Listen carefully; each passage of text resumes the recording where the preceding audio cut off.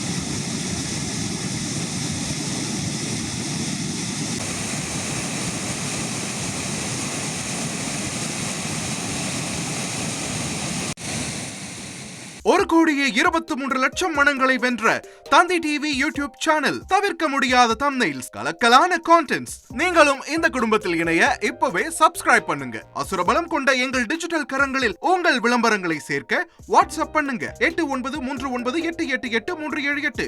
Email advtthanditv@dttv.in.